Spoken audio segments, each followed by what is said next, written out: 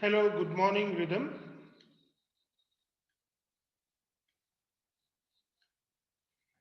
Good morning. Good morning, sir. Okay. So, my dear students, let us study today about the electrical properties of solids. So, let us move forward and understand the electrical properties. Solids exhibit an amazing range of electrical conductivity extending over 27 orders of magnitude ranging from 10 to the power minus 20 to 10 to the power 7 ohm inverse per meter inverse. So if the conductivity, my dear student, ranging from 10 to the power minus 20 to 10 to the power minus 10 ohm inverse meter inverse, such substances are known as insulators. If it ranges from 10 to the power minus 6 to 10 to the power 4 ohm inverse, meter inverse, such substances are known as the semiconductors. And if the conductivity is 10 to the power 4 to 10 to the power 7 ohm inverse per meter inverse, then such substances or such solids are known as the conductors. So here we are talking about the solids, and this is how we understand about the conductivity and the three classes of solids. So solids, we can classify them in three major classes: insulator, semiconductors and conductors. And when we classify them, we should know their so my dear students, we can classify solids on the basis of their electrical conductivity. We can classify them in three different classes. First class is known as the insulator, class of insulators. Then we have the class of semiconductors.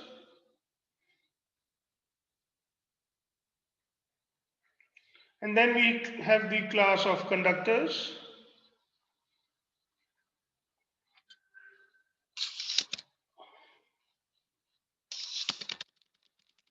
Let me write it properly for you.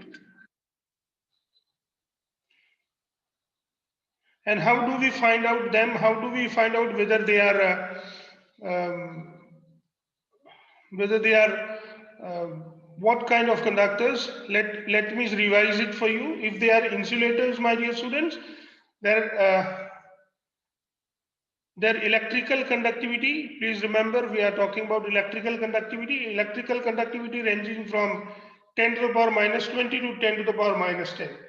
If they are semiconductors, then their electrical conductivity ranges from 10 to the power minus 6 to 10 to the power 4. And if they are conductors, then their electrical conductivity ranges from 10 to the power 4 to 10 to the power 7. So let's write the same here. My dear students, we are talking or we want to discuss about the electrical conductivity. Can you hear me, dear students? Can you hear me? बच्चों आप मुझे सुन पा रहे हो? Yes, sir. Thank you, dear.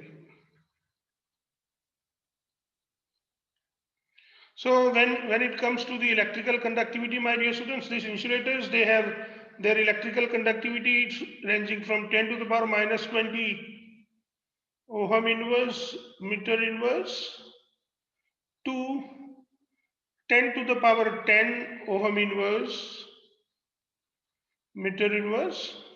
When it comes to the semiconductors, their electrical conductivity ranges from 10 to the power 6, 10 to the power minus 6 ohm inverse, meter inverse to 10 to the power 4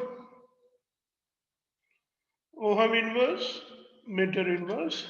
And if they are the conductors, then their electrical conductivity ranges from 10 to the power 4 ohm inverse, meter inverse to 10 to the power 7 ohm inverse, meter inverse. So this is how, my dear students, we can understand the classification of solids.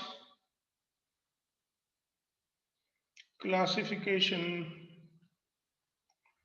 of solids based on their electrical conductivity. Based on conductivity.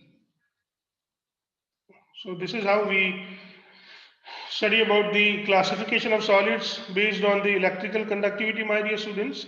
Now, solids can be classified into three types on the basis of their conductivity.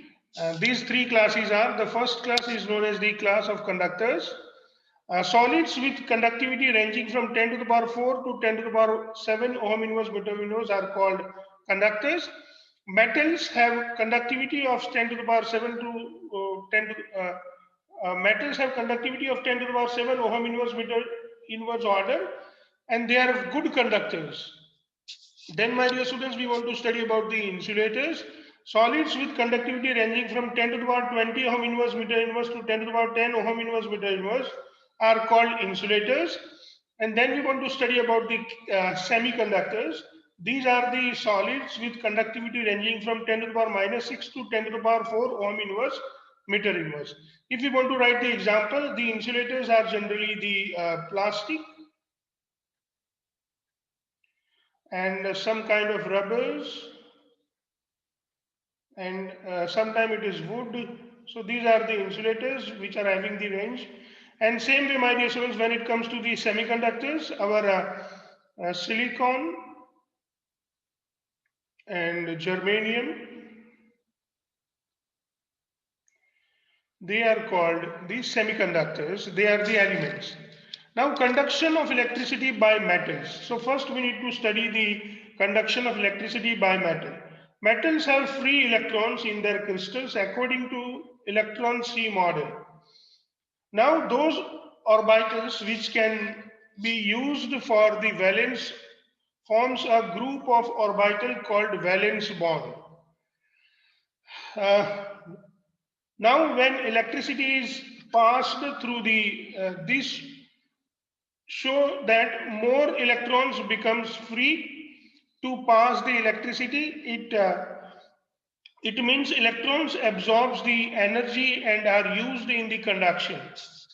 Those orbitals which are used for conducting are collectively called the conduction band, and those which are used for valencing, they are called the valence bond.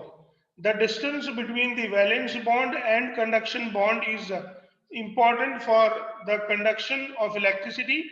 Now, electricity is passed when the electron goes from valence band to the conduction band. Here also, my dear students, I need to explain you something. So let me explain it to you separately. Uh, my dear students, we know that we have the various atoms. In various atoms, we have the metal kernels. Let's say these are the metal kernels. These are the metal kernels. Now, around these metal kernels, my dear students, we can easily find out some of the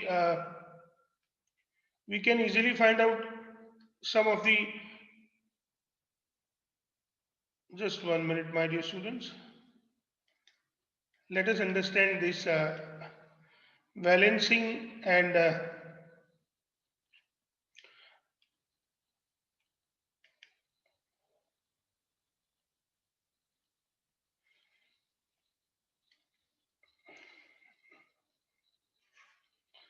when it comes to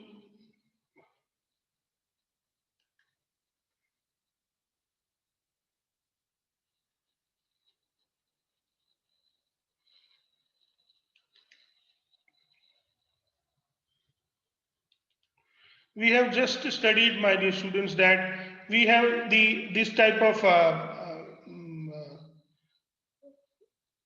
orbitals which are converted into valence band and conduction band. Let us study how this valence band and conduction bands are produced actually. So now we have, so you can see that there are some orbitals available around this metal kernels where the electrons are revolving around it. Now you can see that this these are the orbitals which are represented around the nucleus or which are represented around the kernels. So these are the orbitals of a particular metallic atom. Now what happens? Apart from this, now this orbitals, these now up till this, these are all the orbitals where the electrons are filled and they are not used for any other purpose. But after this, my dear students, the orbitals of metals, they have huge number of electrons, and these huge number of electrons are used, you can see this way. So now you can see that there is a valency kind of things, and there are metallic bonds that is possible. So now this, you can see that this which I have been showing you with the almost pink or magenta color, these are the valency, or these are the orbitals which are used for valency. So this is how they make the valence band. So you can see that this portion of this metal, now my dear students, there are still more electrons present into the into the um, into the metals, and these electrons are present into this green orbitals. This green orbital, my dear students, we can represent them as a, we can we can represent them as a, sorry to interrupt you. You can see here that these are the orbitals which I am showing you with the green pen. These orbitals have some electrons in the metal too. So now you can see that we can have different type of these orbitals. They combine and make a band. So if we consider these orbital as an energy levels, if we consider them as an energy levels,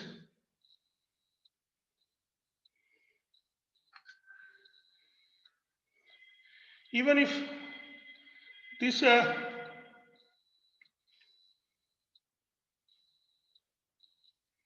even if these orbitals may also be considered as an energy levels, then these orbital collectively, this orbital collectively,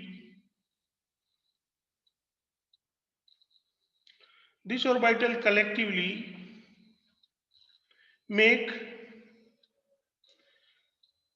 conduction band, conduction band, and these orbital collectively make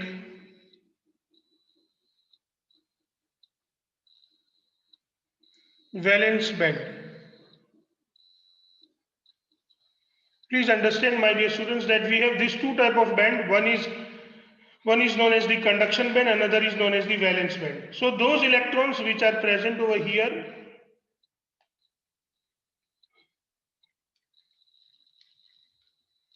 they are used for valency, and thus these electrons are known as valence electron. But those electrons which are used over, which are present over here, they are used for electrical conductivity. They are used for electrical conductivity. And that is why this type of electrons are known as the conduction electrons. So my dear students, for the metals, the electrons are even present into the conduction band, and that is why their conductivity is of the order of 10 to the power 7 ohm inverse and meter inverse. But for semiconductors, the electrons are only present into this conduction bands. So when the electricity is passed, this electron take jump from here to here, this electron jump, and due to this the conduction is possible, and that is why they have the conduction ranging from 10 to the power minus 6 to 10 to the power 4 ohm inverse meter inverse. Now please remember that we have this two type, this orbitals of the metals. These metals make the metallic valency. These electrons are used to make the valency between the two metal atoms, or you can say two metal kernels, and that is why they are known as the valence electrons. But those even metals have even more electrons which are present into their conduction bands, or the orbitals which collectively make the conduction band, and there is a gap between the there is a gap between the conduction band and valence band, and that gap is very important. About that we are going to study now. So my dear students, let's move forward and read again what we have seen. Let me read it for you, my dear students. Let me tell you what is going on, or see. Let's move forward and understand. Please pay attention. Now you will understand everything, whatever I have said. Conduction of electricity by metal. Metals have free electrons in their crystals according to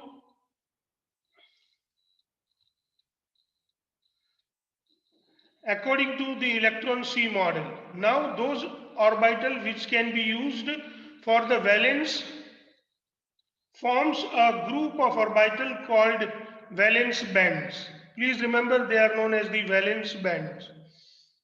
Now when electricity is passed through the metal, the conductivity of the metal increases, and this show that more electrons become free to pass the electricity. It means electrons absorbs the energy and are used in the conduction. These orbitals which are used for conduction are collectively called conduction band, and those which are used for bonding are called valence bands. The distance between the valence bands and conduction band is important for the conduction of electricity. Now electricity is passed when the electron goes from valence band to conduction band. That is what I have shown you as a jump, my dear students. The electron jump from the valence band to the conduction band, and this is how we can understand. In insulators, the energy gap between valence band and conduction band is very high, and thus in the semiconductors, the energy gap is smaller. So in semiconductors, this gap is smaller, but in insulators, this gap is high. But in conductors like metals, there is no gap between the valence band and the conduction band, and thus they are intermixed to give conduction of high order, that is the order of the 10 to the power 7 ohm inverse meter inverse. So you can see now this is the conductor, especially what we have seen it as a metal, my dear students. So if we consider these orbitals as an energy levels, you can see that these are the energy levels with low energy.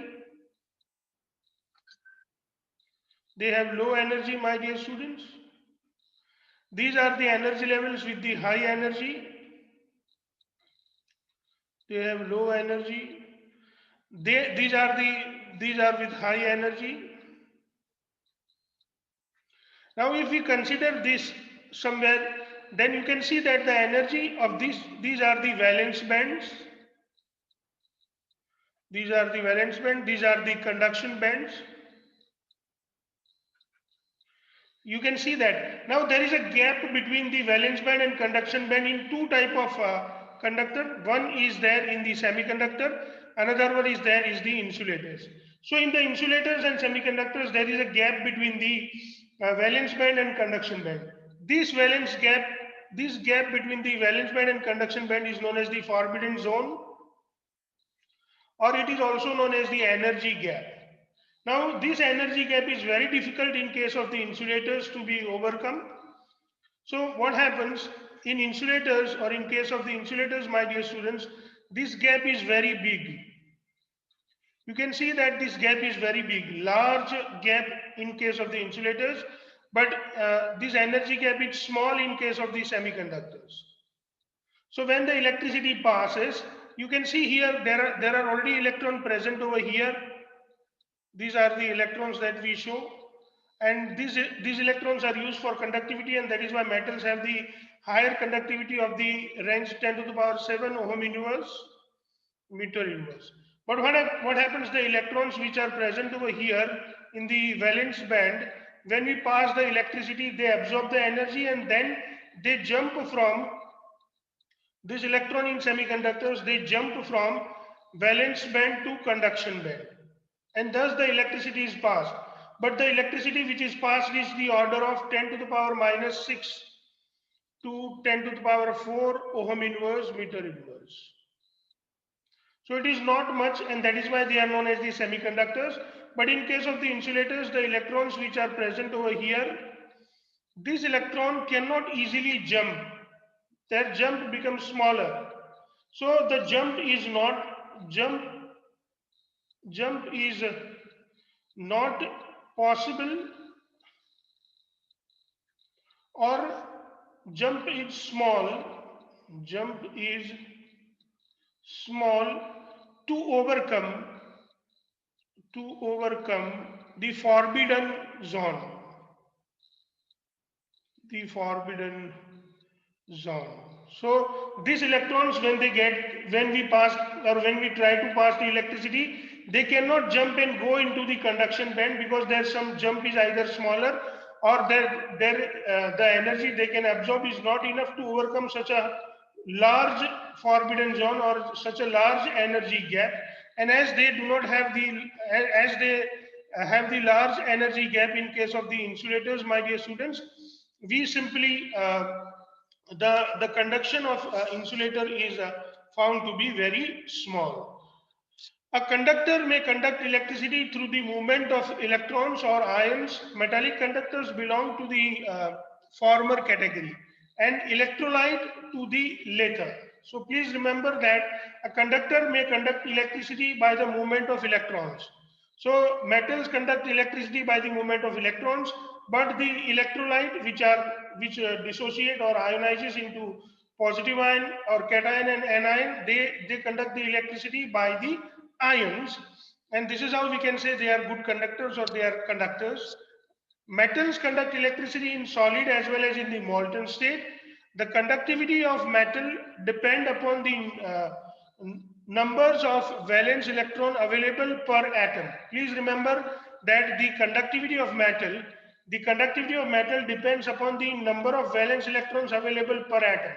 This is what we have studied even into the D block elements, that the number of unpaired electrons present into the valence shell, they determine the conductivity, and that is how, my dear students, the number of valence electron available per atom decide the conductivity of the metal.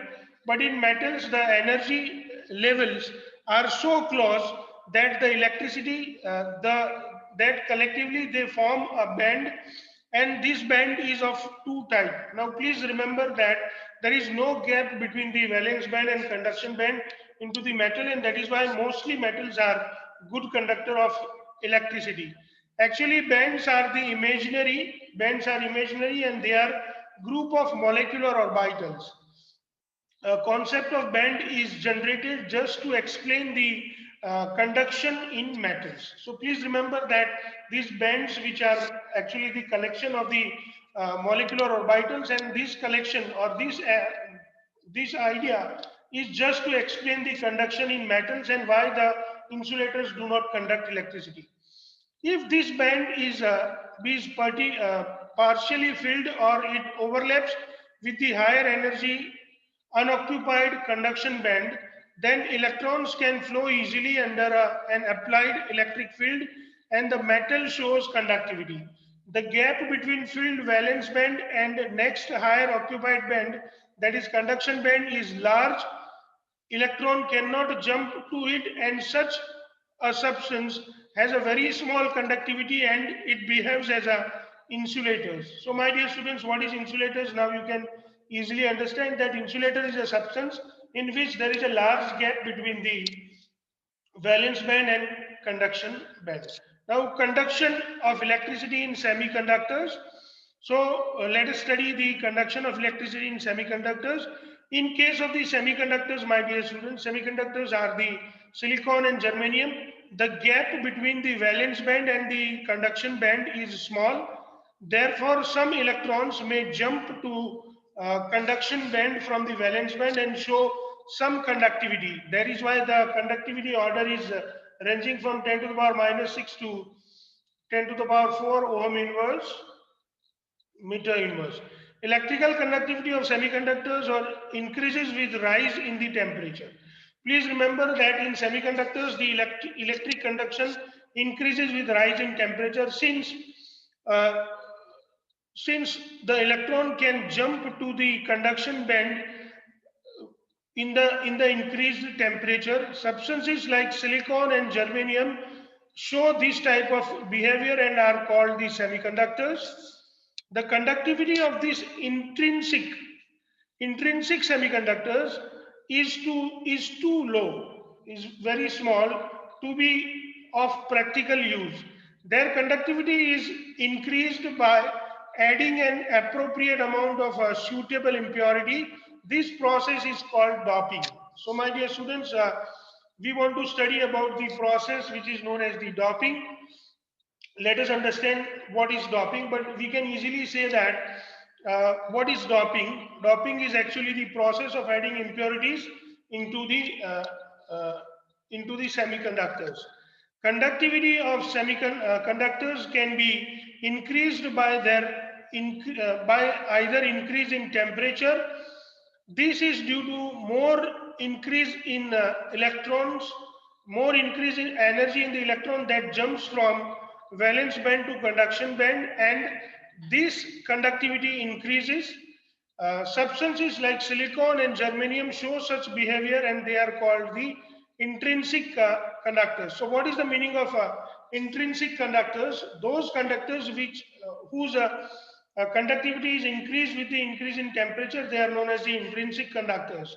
Now conductivity of these intrinsic semiconductors is too low to be of any practical use. Conductivity can be increased by adding some small amount of impurities. This process is called doping. So let us understand, my dear students, the process of doping. You can see here we have silicon. Silicon generally have, you can see the silicon is having, silicon generally have the valency of 4. So you can see that silicon can make, or silicon have 4 electrons around it. 1, 2, 3 and 4. Now suppose you dop this silicon with phosphorus or arsenic. So this is what you can understand here into the next page, my dear students. Let us look into the next page. You can see that here we have written the groups. So here we have group number 13, 14 and 15. In 14 number we have silicon and germanium. In group number 14 the valency is 4. Valency is equal to 4. We are well aware that carbon is tetravalence. So the group valency is 4. Here valency is 3. Valency is equal to 3 in case of group number 13. And in case of group number 14, the valency is 5. Valency is equal to 5. So these have the 5 valence electron in the valence shell. These elements have 3 valence electron in the valence shell. Now what happens, my dear students? You can see here that silicon is bonded with 4 other silicons. Suppose if you think of this silicon is bonded with 4 other silicons, and this is how the overlap takes place, and each silicon is bonded with 4 other silicons. Now what happens if you add the impurity? You can dope them with the impurities. So doping with the boron, nitrogen or gallium or phosphorus or arsenic. Now you can see here, my dear students, we have doped them. Instead of silicon, now we have here the phosphorus and here we have boron. Now the boron has got only 3 electrons. You can see this electron and this electron. So my dear students, here around the boron there is a hole. This hole means the space vacant without electron. Space vacant without electron. Now you can see that around this hole, my dear students, all around there are electrons present. So these electrons are of negative charge, and that is why this hole automatically become positively charged, because there is no electron present in the surrounding of the boron, and that is why this surrounding near the boron become positively charged, and this positively charged portion into the semiconductor now is known as the hole. Same way, my dear students, if we look into the doping with the phosphorus, phosphorus has got 5 electrons, so phosphorus give its 5 electron. 1, 2, 3 and 4 electrons are used, and 1 extra electron available as a free electron, you can see here. So my dear students, this is the negative charge produced. So here, my dear students, the negative charge is produced. Here, my dear students, the positive charge is produced.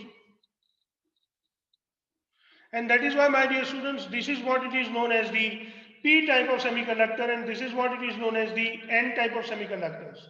So when we dope the group number 14 elements, when we dope the group number 14 elements like silicon and germanium with the group 15 elements like phosphorus or arsenic, they forms the N type of semiconductor, which they have the negative charge. But if we top them with the boron, aluminum or gallium, then my dear students, the type of semiconductor which is produced, which is having the hole or which are positively charged semiconductors, and that is why they are known as the P type of semiconductors. So P type of semiconductors have positive charge or hole. N type of semiconductors have negative charge or electrons extra present with them. When intrinsic semiconductors such as silicon or germanium are added some impurities from group number 13 and group number 14 as shown above, the impurities of group number 13 create a hole and the impurities from group number 15 creates a mobile or free electron that really is used for the conduction. The process of addition of impurities is called doping, and due to doping of group number 13, the hole is created, and the created hole is responsible for the passage of electricity. This way electricity can be conducted, and this type of semiconductor is known as the P type of semiconductor. So when we have hole, the type of semiconductor which is produced is known as the P type semiconductor. If the semiconductor is doped with the group number 15 elements such as phosphorus or arsenic, the free or mobile electron is found. A free or mobile electron is responsible for the passage of electricity, and this way we get a semiconductor that is called the N type of semiconductors. So please remember, my dear students, we can get the P type of semiconductor, we can get the N type of semiconductor. This way P type and N type of semiconductors are produced which have the ability to pass electricity that is ranging from 10 to the power minus 6 to 10 to the power minus 4 ohm inverse per meter inverse. Now, my dear students, if you have any doubt, you can ask me, or we can move to applications of N type and P type of semiconductors. Do you have any doubt to ask? No, sir. Okay. Then No, let us sir. understand the applications of N type and P type of semiconductors. Various combinations of N type and P type of semiconductors are used for making electronic components. For example, diode. Diode is a combination of N type and P type of semiconductors and is used as a rectifier. So my dear students, what happens sometimes we have this type of AC current. This AC current is converted into the DC current. This is what it is, the DC current, you can see. Now when you have the DC current, still you have this portion which should not be there into the DC current. So we use this rectifier, and the DC current can be made simple line, not this part which are removed by the rectifier, which is known as the diode. Next one is transistors. Transistors are made by sandwiching a layer of one type of semiconductors between two layers of other type of semiconductors. Suppose you have P type of semiconductors, then that is what it is layered with two N type of semiconductors, and it is known as the NPN transistors. Or if you have N type of semiconductors, that is being sandwiched between the P type of semiconductors, and we can have PNP type of transistors. So we can have NPN or PNP type of transistors, and which are made sandwiching a layer of one type of semiconductors between two layers of other type of semiconductors like NPN and PNP type of transistors, and are used to detect or amplify the radio or audio signals. Next, my dear students, we are very well aware of the solar cells or solar panels that we use and produce electricity. This solar cell is an efficient photodiode which is used for the conversion of light energy into the electrical energy. This solar cell is also produced by using these semiconductors. My dear students, if we look into the periodic table, we know that there are various group number 12, 13, 14, 15, 16. In group number 10, we have zinc, cadmium, mercury. 13, 14, 15, 16, you are well aware. We know that in group 14 elements, they are generally the silicon and germanium. In group 14 elements, the valency is 4. This valency can also be obtained by making the compounds from group number 13 to 15. See, group number 13 has a valency is equal to 3. Group number 15 has a valency is equal to 5. When we make a compound using these two, the average valency is equal to 4. Same way, my dear students, if you look into group number 12 and group number 16, and if you make compound from this, again the valency here, group number 12 has the valency of 2, group number 16 has the valency of 6. So 6 plus 2 divided by 2, that is 4. So by making the compounds from group number 12, 16, or by making the compound from group number 13, 15, we can have the valency equal to 4. So compounds from group number 13, 15 are Indian NISB, ALP or GAS, or that means gallium arsenide, aluminum phosphide or indium antimonide. Same way compound from group number 12 to 16 are also from like zinc sulfide, cadmium